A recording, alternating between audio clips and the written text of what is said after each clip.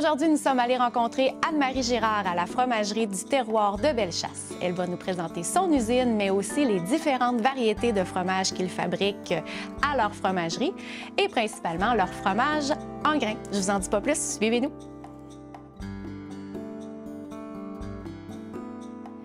Bon, ben bonjour Anne-Marie. Je suis contente aujourd'hui que tu nous accueilles dans ta fromagerie, la fromagerie de Bellechasse. Ça fait plaisir. Ça existe depuis quand? C'est quoi vos produits? Parle-moi un petit peu de ça. Bien, cette année, on fête en particulier nos 30 ans. On est démarré depuis 1995. Justement, il y a eu quelques changements dans la forme de l'entreprise. Maintenant, on est vraiment une entreprise familiale dont je suis la relève de mes parents. Et puis, la fromagerie, le portrait de la fromagerie de l'entreprise a quand même évolué énormément. Donc, dans la dernière année, on a fait un gros agrandissement qui, là, je crois, va nous donner un bel avenir en avant de nous. On va avoir des beaux projets qui s'en viennent. On en a plein la tête encore, mais on a encore du pain sur la planche. Donc, Mais là, concrètement, l'agrandissement, vous avez agrandi vos locaux, vous avez rajouté de la technologie, des équipements et tout ça pour vous conformer à des normes ou c'est parce que c'était la production qui était limitée? Oui, c'était vraiment la production qui était limitée. On avait perdu beaucoup d'efficacité. On avait vraiment... on mijotait le projet depuis un bon moment. Puis, on a pris quand même le temps, justement, le recul nécessaire pour vraiment réfléchir à notre plan puis aller chercher le maximum. Bien, à la fromagerie, on est environ une trentaine.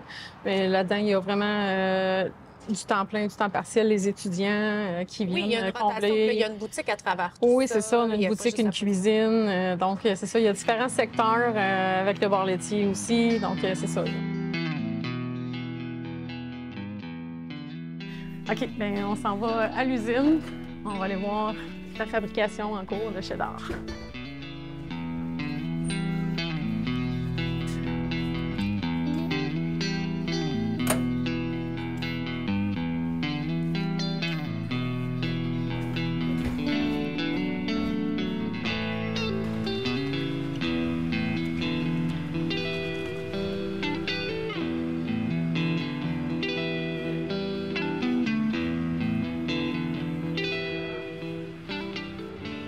Donc, ici, on se trouve vraiment dans la zone de fabrication.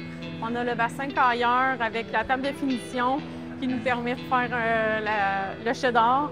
On le fait à coût d'environ 4500 litres qui va donner aux alentours entre 450 et 500 kg de fromage par bassin. Mettons que je commence le lait arrive d'ici. En fait, le pasteuriseur est de l'autre côté. Mais en fait, le pasto, c'est vraiment très simple. C'est par échange de température, eau chaude, puis lait froid. Il s'échange, la température va diminuer, elle va monter en fait du lait et la température de l'eau va diminuer. On contrôle la température de ce mélange-là pour l'envoyer ensuite dans les tuyaux à la température désirée. Dépendant des recettes, etc., le lait va être différent. La température du lait va être différente. Il va s'en venir dans notre cailleur ici. Vraiment simple, c'est seulement une cuve. Une cuve de 4500 litres ici. Puis ça va brasser là-dedans. Dépendant encore une fois des recettes, comme pour le cheddar, classique. On met ensuite notre calcium, notre ferment. Ça va brasser. Ensuite, la présure. En fait, la présure qui provient soit d'un micro-organisme ou soit de l'estomac d'un bovin. Puis, ça permet de coaguler le lait. C'est ce qui va donner c'est qui va donner la fermeté d'un fromage, qui va transformer, en fait, qui va nous donner du fromage. On va partir du lait au fromage. La transformation du lait en fromage implique plusieurs contrôles de la qualité. Tout d'abord, lorsqu'on réceptionne le lait à l'usine, on doit procéder à certains contrôles pour s'assurer de la qualité de notre lait. La qualité doit être irréprochable. Tout d'abord, on va vérifier la température. Il faut que notre lait soit froid. On va vérifier aussi le pH. Il ne faut pas qu'il soit trop acidifié par les bactéries lactiques. Et on va vérifier aussi la présence ou plutôt l'absence d'antibiotiques. L'antibiotique, c'est un médicament qu'on va donner aux animaux parce qu'il a été malade. Il ne doit pas en avoir dans le lait parce que quand on fait du fromage, on ajoute des ferments. Des ferments, ce sont des bactéries qui doivent se développer, qui doivent vivre. Alors, un antibiotique, c'est un médicament qui nuit au développement des bactéries. Alors, si on a de l'antibiotique dans le lait, on ne pourra tout simplement pas faire de fromage. Après l'addition de présure, on va couper le caillé qui va être un peu d'une texture gélatineuse. On va le couper, puis brasser, faire la cuisson, rebrasser. En fait, ça brasse tout le temps. Puis on l'envoie ensuite dans la table de finition. Vu qu'on travaille avec du vivant, mais c'est jamais pareil. Puis aussi, on n'a pas un lait standardisé, on n'a pas non plus une recette qui est standardisée, on pourrait dire. Donc, ça peut varier. Des fois, le ferment peut être plus actif, on l'appelle plus fort un peu.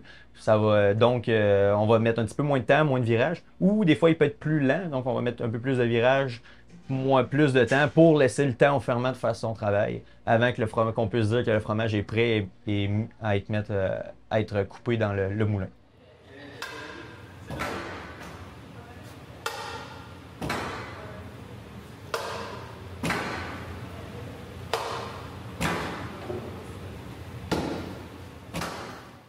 Anne-Marie, aujourd'hui, tu nous présentes quelques produits qui sont en vente ici à la fromagerie du terroir de Bellechasse.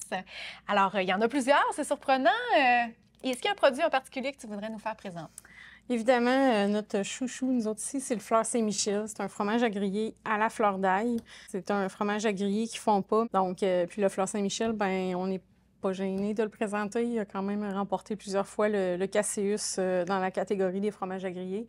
Oui, il y a une petite mention ici. Ouais. Caseus, qui est un concours national pour trouver les meilleurs fromages d'ici. Oui. Félicitations. Merci. Puis on a son petit frère ici, le Saint-Vallier, qui est nature, qui a aussi remporté quelques fois. Puis sinon, on est vraiment dans une autre gamme là, complètement avec des cheddar, mais qu'on a aromatisé. Donc, on a la Corriveau qui est nommée en fonction de la légende la Corriveau. Marie-Josette Corriveau, qui est native ici, qui est née à Saint-Vallier. Donc, on a des gens ici à Saint-Vallier qui recréent la pièce de théâtre là, pour apprendre l'histoire. On a aussi le Désirable. Ça, c'est un autre coup de cœur qu'on a ici. C'est un cheddar au sirop d'érable. Donc, on peut le voir justement dans... Oui, le côté marbré. Puis moi, je tiens à valoriser vraiment le nom marketing. Là. On en a parlé, là, mais le Désirable là, pour le nom de l'érable, je trouve ça intéressant. Ouais. Puis visuellement, moi, je suis curieuse. J'aimerais que tu m'expliques un peu là, comment on réussit à faire tout on dirait du marbre. Oui, on mélange le sirop d'érable, notre mélange d'érable qu'on va venir mélanger avec le grain. Ensuite, on remet dans le moule. C'est le fait de le presser qui vient créer tous les petits nervures, là, dans le fond, d'érable. Mais là, ce que je comprends, c'est qu'il y a du sirop d'érable. Est-ce qu'on a le côté sucré à l'intérieur de ce fromage-là? Non, c'est ça. Il n'y aura pas vraiment de côté sucré. On ne perd pas le goût du fromage initial. C'est vraiment le goût de l'érable qui vient teinter en fin de bouche. Mais on n'a pas le côté sucré. C'est pas un bonbon à l'érable. C'est vraiment un fromage à l'érable. J'imagine qu'au niveau du procédé, le fait d'avoir du sucre à travers les micro-organismes, ça ne doit pas être super non plus. C'est ça. Mais là, c'est pas un fromage affiné. C'est un fromage qui est pressé, oui, un peu comme un cheddar qu'on mangerait en bloc. Là. Puis on ne voulait pas non plus justement nourrir les micro-organismes. Donc, c'était un défi, effectivement. Je comprends. Et là, le petit orange à côté, qu'est-ce qu'on a? Ça ici, c'est vraiment nos fromages qu'on fait aussi depuis longtemps. On a le petit bronzé, qui est un cheddar doux fumé au bois d'érable. On a notre fumoir ici, là, à froid, au sein de l'usine. Puis, on a le Saint-Charles, qui est une collaboration avec un producteur régional d'alcool. Donc, le ricaneux, qui est à Saint-Charles de Bellechasse, d'où le nom.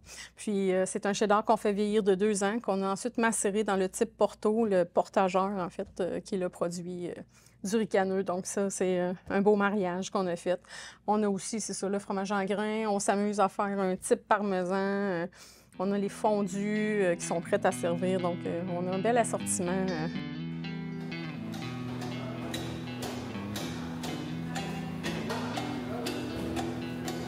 Aujourd'hui, on fait du fromage en grains, donc on va avoir besoin d'un moulin.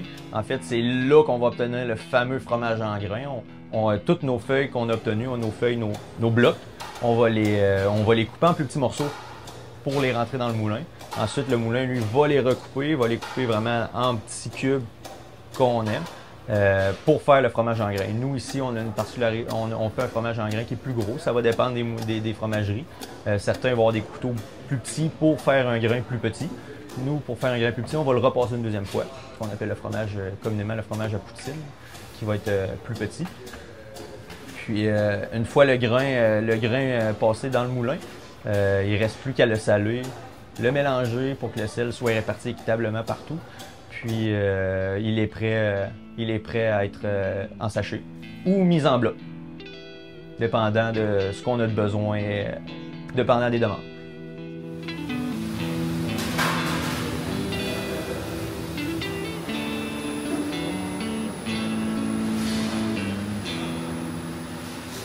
mais mettons qu'on focus un peu sur la transformation. Vous avez des fromagers ici, un, deux, plusieurs, combien? Oui, bien, en fait, ça aussi, ça a été... là, on peut dire qu'on en a 2, mais dans les dernières années, ça a tout le temps été assez difficile de recruter. On a la chance quand même d'avoir un fromager de longue date, Martin, qui est avec nous depuis 20 ans et plus.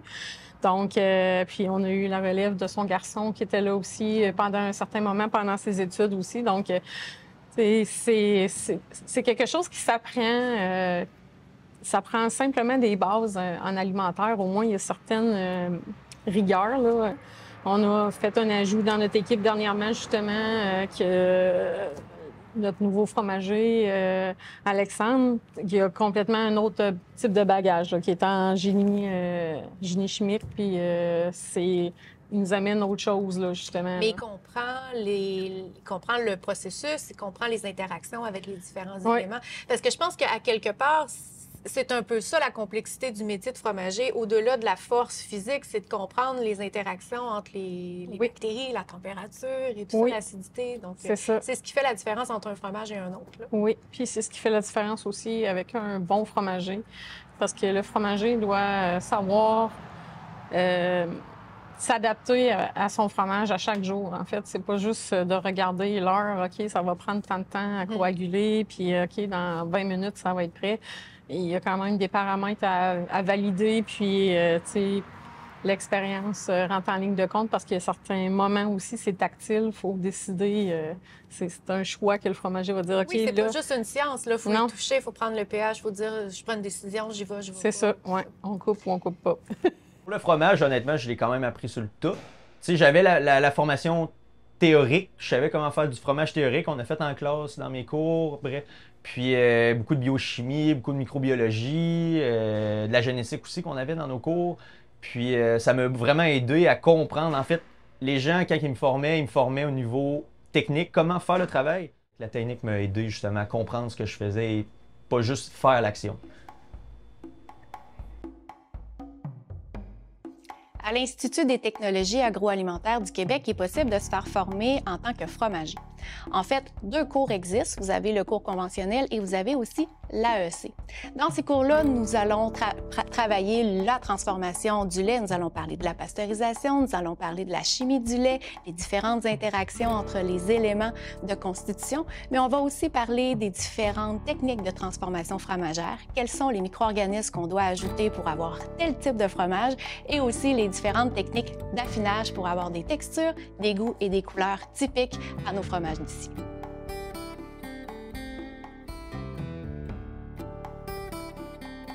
Puis là, ici, on a fait griller tout à l'heure du fromage aloumi. Oui. Ça, c'est le résultat de l'huile à l'ail ou le traditionnel? Le Fleur Saint-Michel. OK. Et là, moi, je voudrais savoir, là, pourquoi, si j'utilisais une autre sorte de fromage, que j'essayais de le faire griller à la maison, ça ne fonctionne pas? Pourquoi, lui, il grille puis ils ne fond pas? C'est vraiment dans la fabrication, dans les étapes qu'on enchaîne. En fait, c'est souvent, les gens me posent la question, mais je dis, on n'a pas ajouté d'ingrédients qui fait que... De caoutchouc? Oui, ou d'agents antifondants ou quoi que ce soit. Donc, c'est vraiment, dans les étapes, on a joué plus avec les températures, les degrés, les pH, pour en arriver... Donc, on a une masse fromagère plus élastique, moins fondante, qui résiste un peu plus à la température. Oui, c'est ça. C'est qu'ils ne fond pas. Il va vraiment juste griller en surface. Puis... Fait que c'est à peu près les mêmes étapes qu'un autre fromage, mais on a acidifié davantage, puis chauffé davantage. Oui. OK, donc tout est dans le procédé finalement. Toujours. Pas d'ingrédients. Non. Juste le procédé. OK. Est-ce que... Puis là, ici, je vois qu'il y a un fromage ici avec des épices dedans. Qu'est-ce que c'est? Est-ce que c'est lui ici, la Corriveau? La Corriveau, c'est ça. C'est un fromage qui est né avec aussi une autre collaboration avec un autre producteur de la région, mais un petit peu plus éloigné, là, en Chaudière-Appalaches. Donc, c'est les vergers L'Argousière. C'est un mélange d'épices, poivre et argousier, sous le nom de la Corriveau. On voulait aussi se joindre aux festivités du village. Je vois maintenant qu'on a mis en valeur dans ta mise en marché plein de producteurs locaux. On retrouve tes produits sur le marché territoire de Bellechasse, dans Montmagny. Est-ce que vous allez aussi vers Lévis? Oui, on a notre petit réseau local qu'on fait nous-mêmes la distribution entre Lévis et Montmagny.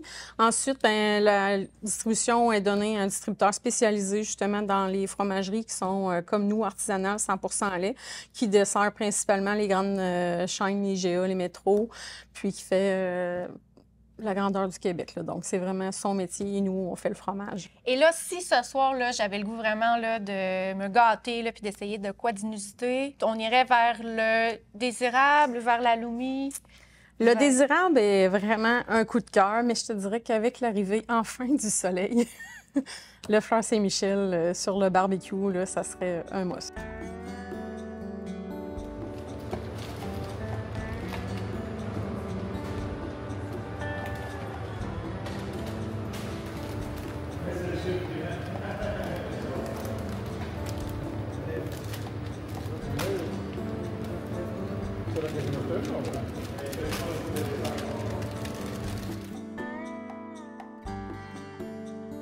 Et là, typiquement, un horaire, là, ici, ça ressemble à quoi? Là? Il y a différents postes, mais un horaire sur la production?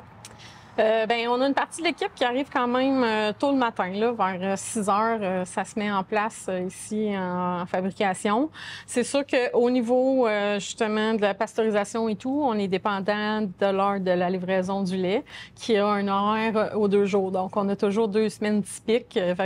Mais nous, nos semaines typiques, le lundi, il reste toujours sensiblement pareil. Donc, il y a une semaine sur 2 que là, on attend que le camion de lait, on espère qu'il n'arrive pas trop tard. Et là, le camion de lait, il vient de prendre le lait des fermes avoisinantes. Et là, il arrive ici. Il fait un stop ici avant de se rendre ailleurs, parce que vous ne prenez pas toute la quantité, je pense? Non, c'est ça. On ne fait pas un déchargement complet là, de la citerne.